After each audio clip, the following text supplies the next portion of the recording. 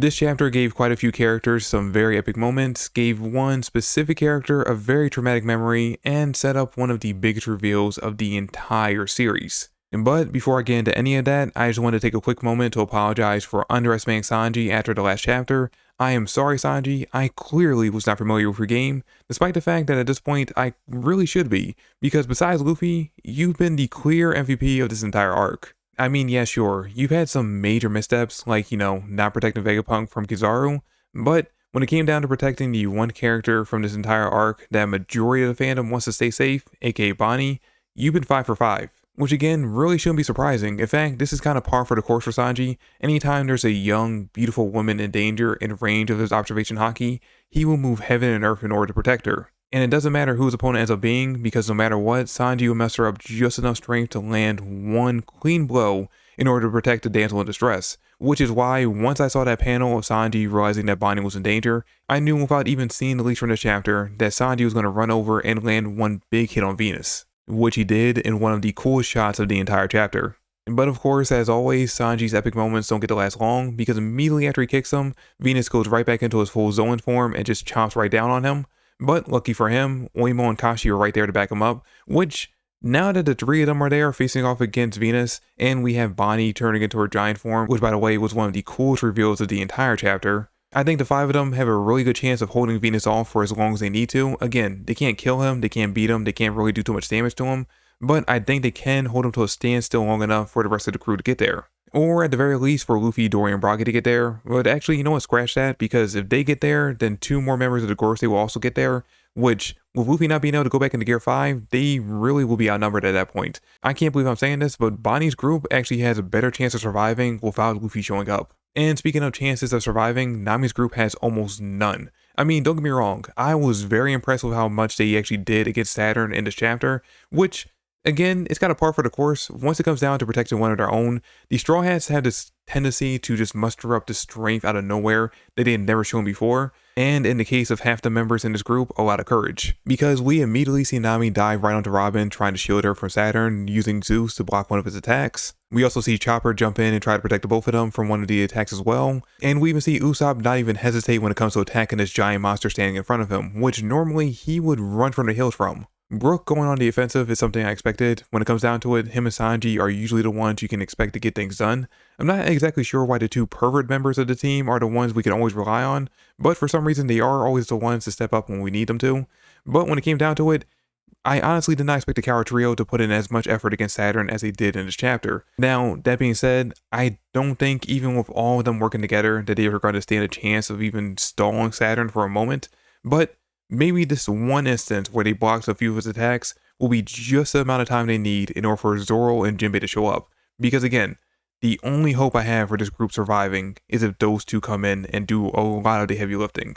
Also, worth pointing out, Lilith was nowhere to be seen before, during, or after that clash with Saturn, and considering she's the Vegapunk that I want the most to survive this arc, the fact that she's standing front and center with the one member of the Gorosei whose job it was to make sure that every Vegapunk besides York dies, I'm not really liking her chances. I can just only hope that because of the fact that we don't see her in the chapter, that maybe she's hiding somewhere on the Thousand Sunny. If not, if she's right there in the middle of the action and we just don't see her in this chapter, I'm hoping that once Jinbei and Zoro get there, they can find some way to protect her. But given the fact that 2 of the satellites have already died, the main Vegapunk is pretty much dead at this point, and Edison seems to be on a suicide path to help the Straw Hats get off the island. Again, I'm not liking those odds. But then again, this chapter does bring up a really important question when it comes to Vegapunk and their deaths, because once we get to see what Mars saw at the end of the last chapter, which was revealed to be Vegapunk's giant head, like the top part of his head that he cut off, as long as that is alive, as long as his brain is intact, can Vegapunk actually die? That is a big question that I'm sure we're going to get answered by the end of this arc once we find out whether or not the Vegapunk body that Sanji is carrying is actually dead. Anyway, getting to the big talking point of this chapter, once Mars goes to destroy this transponder snail right in front of him, just like I predicted, it ends up being a fake. Which, I mean, don't get me wrong, I'm sure that 90% of the people who read the last chapter all predicted that that snail will end up being a fake, because obviously Vegapunk will be smart enough to hide the real one somewhere that no one will ever find it. But it always feels good when you predict something's going to happen and you end up being right, so, let me have this one. But anyway, I love the panic that Mars immediately goes into once he realizes that the transponder signal is fake, and then he tells the other members of the Gorosei that the only hope they have of stopping the transmission at this point is to basically just nuke the entire lab, which I believe Saturn ends up vetoing because of the fact that without the lab they can't reproduce the mother flame, which is the fuel they need for their giant doomsday device, which may or may not be at this point an ancient weapon. So yeah, despite the fact that they're all here working together, and they might have technically killed him, Vegapunk still managed to outsmart and beat 5 of the 6 people who rule the entire world. And if that does not make him one of the greatest characters in all One Piece, then I don't know what will. In fact, he's so great that Oda pretty much started the chapter off with a montage of characters just sitting around talking about how great of a doctor he is, while they're waiting for his message to begin. And in that montage, there's 2 moments that really stood out to me. Number 1 was seeing Kaya and the gang from Silver Village, because for some reason, I don't know why, when it comes to the end game for the Straw Hats and seeing them all maybe split up and go back to their own hometowns, the reunion I'm most invested in seeing is Usopp going back to Silver Village and reuniting with Kaya and the kids. Mostly because once Usopp gets back to the village, he's going to have a bunch of stories to tell them, and this time they're actually going to be true. And then the other thing that really stood out to me was the fact that we got to check in with Hachinosu, and we didn't see Blackbeard there. And the fact that we didn't see Blackbeard there listening to this very important message tells me that he more than likely is not on the island. I mean, I'm not exactly sure how much time has passed between the whole Garp incident to now, but I figured at this point he'd already be back on Hachinosu. So the fact that he's not there tells me that he's off somewhere doing something.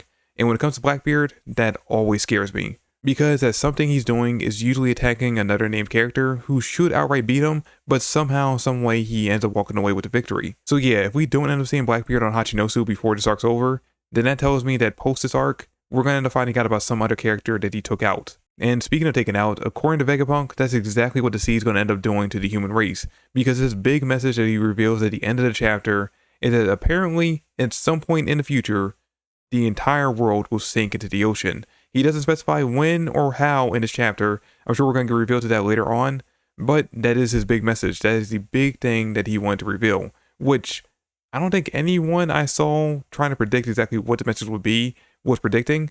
The main thing people were worried about that he was going to reveal something about the Void Century, which maybe that will be a part of this, but because he's talking about the world sinking into the ocean, and the fact that we saw the Gorosei and Emu use that giant possible ancient weapon to destroy Lugia Kingdom, which ended up causing the water level to rise around the world, that tells me that more than likely what he's going to reveal has something to do with Emu, possibly their identity, but more than likely the fact that they have this weapon, they exist, and with it, they're going to end up sinking the world into the ocean by just going crazy and destroying things willy-nilly. Or, you know, something along those lines. I want to believe that because Emu is more than likely the final villain of the series, that they have a much bigger, grander goal in mind when it comes to using that weapon and their plans with it. But at the same time, based on what we've seen from Emu so far, they seem more like a kid with a temper tantrum. So it's really not unbelievable that they might actually end up sinking the entire world by just being too trigger happy. Anyway, let me know in the comments down below what you guys think is actually going to end up being revealed by Vegapunk's message. What does he mean by the world will sink into the ocean at some point? Do you think that actually has something to do with Emu and he will end up revealing something big in regards to that character? Or do you think I'm completely wrong and it's going to be something else? Let me know in the comments down below. Thanks for watching the video. I hope you guys liked it, and I'll see you all in the next one. Peace.